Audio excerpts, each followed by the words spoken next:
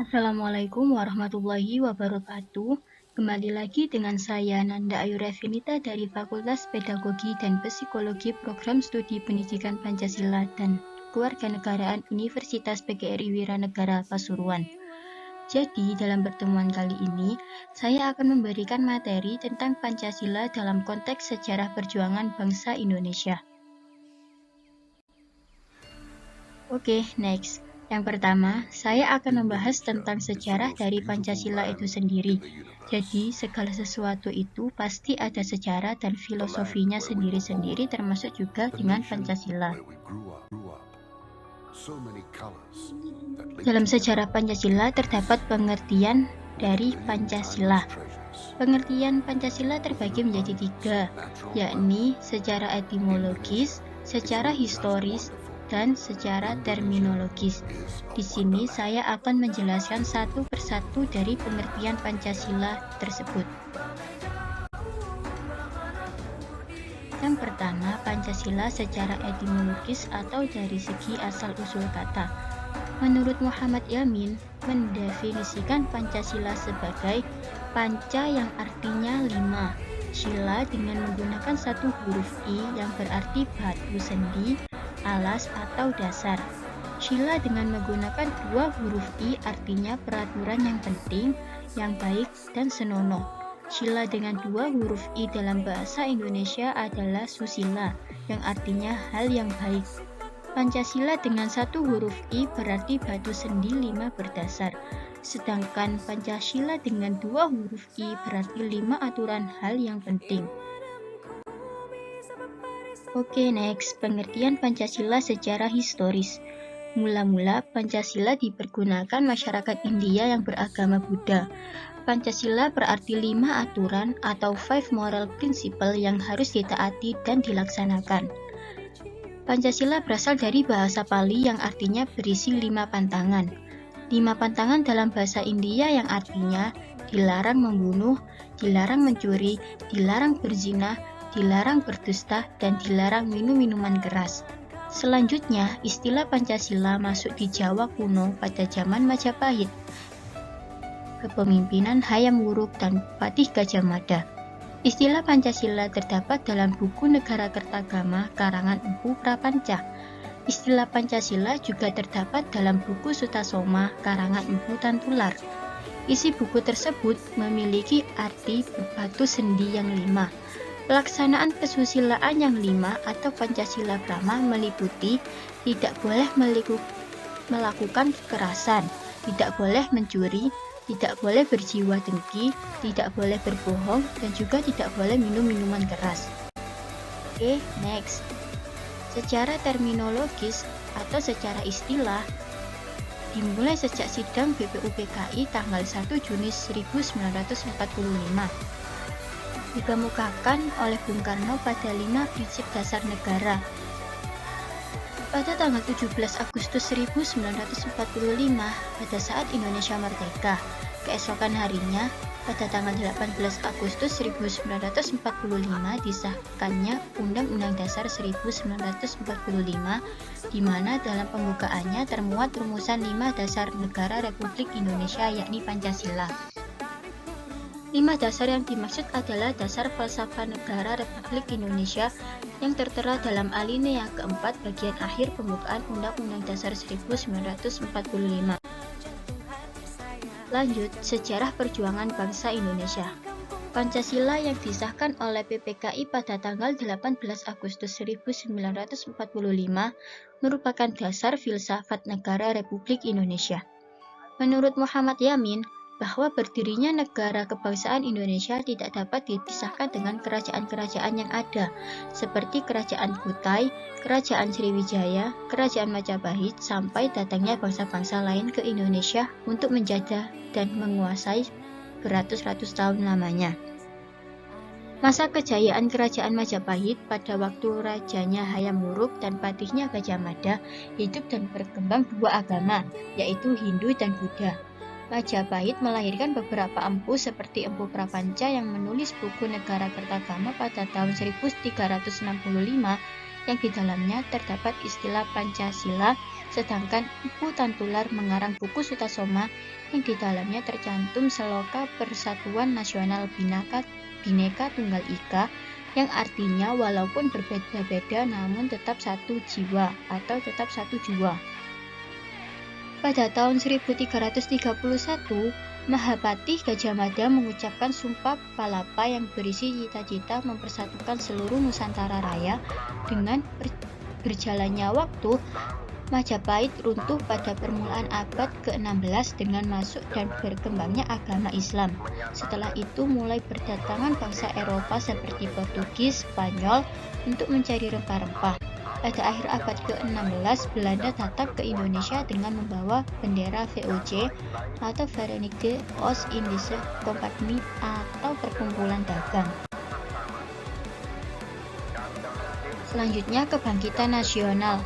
Dengan kebangkitan dunia timur pada abad ke-20 di panggung politik internasional, tumbuh kesadaran akan kekuatan sendiri, seperti Filipina pada tahun 1839 yang dipelopori Jose Rizal, kemenangan Jepang atas Rusia di Sunia pada tahun 1905. Adapun Indonesia diawali dengan berdirinya Budi Utomo yang dipelopori oleh Dr. Wahidin Sudirohusodo pada 20 Mei 1908. Kemudian berdiri Sarekat Dagang Islam atau SDI tahun 1909.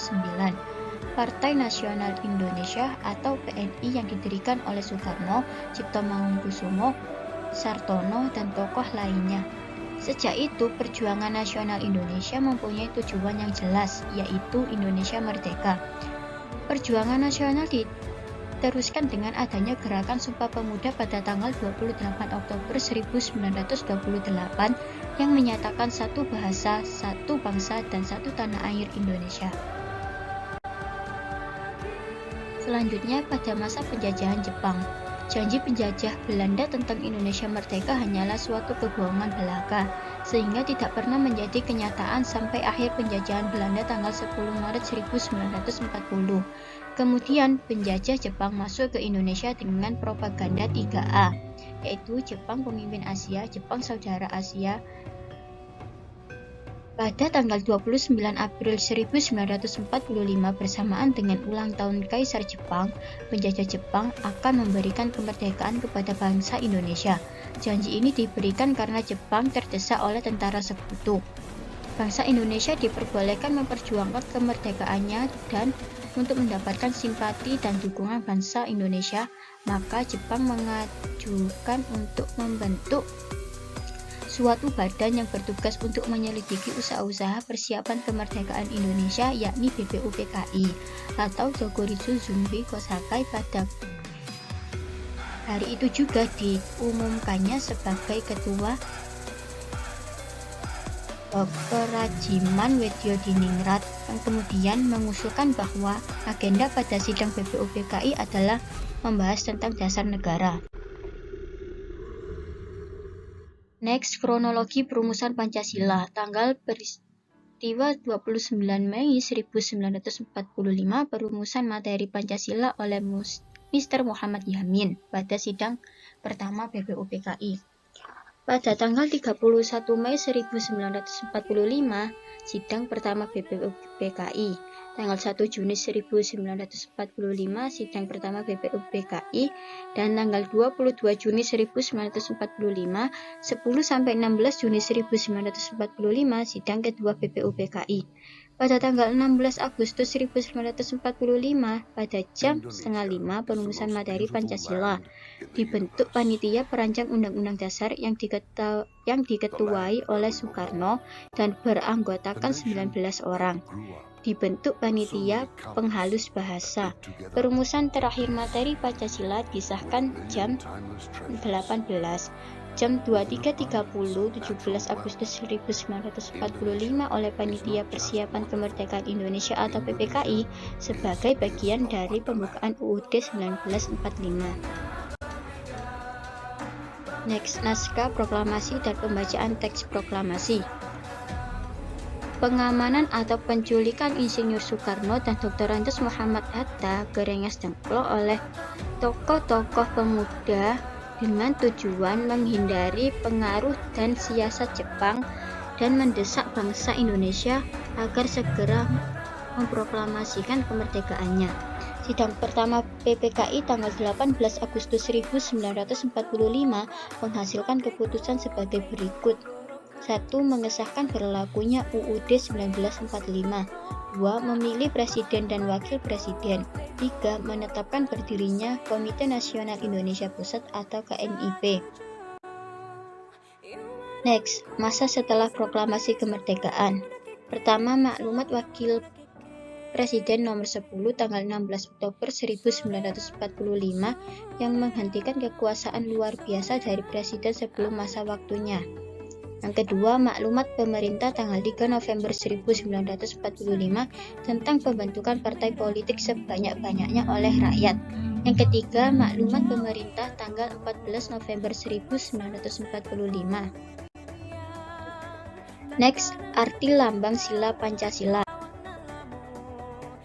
Sila pertama berlambangkan bintang emas yang memiliki arti atau makna satu cahaya kerohanian bagi setiap manusia. Yang kedua, sedangkan latar belakang berwarna hitam melambangkan warna alam atau warna asli yang menunjukkan bahwa Tuhan sebagai sumber dari segala sesuatu dan sudah ada sebelum segala sesuatu di dunia ini ada. Sila kedua berlambangkan rantai yang artinya gambar rantai yang disusun atas gelang-gelang kecil ini menandakan hubungan manusia satu sama lain yang saling membantu. Rantai yang terdapat pada sila kedua ini terdiri atas mata rantai berbentuk segi empat dan lingkaran yang saling terkait membentuk lingkaran. Next, sila ketiga berlambangkan pohon beringin. Pohon beringin melambangkan pohon besar yang bisa digunakan oleh banyak orang sebagai tempat berteduh di bawahnya, mewakili negara Indonesia yang menjadi tempat berteduh semua rakyat Indonesia. Pohon beringin ini memiliki akar tunggal panjang yang menunjang pohon besar ini tumbuh. Akar ini tumbuh sampai ke dalam tanah yang menjalar ke segala arah. Hal ini mewakili keragaman suku bangsa yang menyatu di Indonesia. Next, sila keempat bergambarkan banteng. Banteng digunakan karena banteng merupakan hewan sosial yang suka berkumpul, seperti halnya musyawarah di mana orang yang berdiskusi dan berkumpul. Sila kelima, padi dan kapas. Padi dan kapas melambangkan pangan dan sandang yang merupakan kebutuhan pokok semua rakyat Indonesia sebagai syarat utama untuk mencapai kemakmuran tanpa melihat status atau kedudukan. Ya, itulah tadi penjelasan tentang Pancasila dalam konteks sejarah perjuangan bangsa. Dan sekian, terima kasih.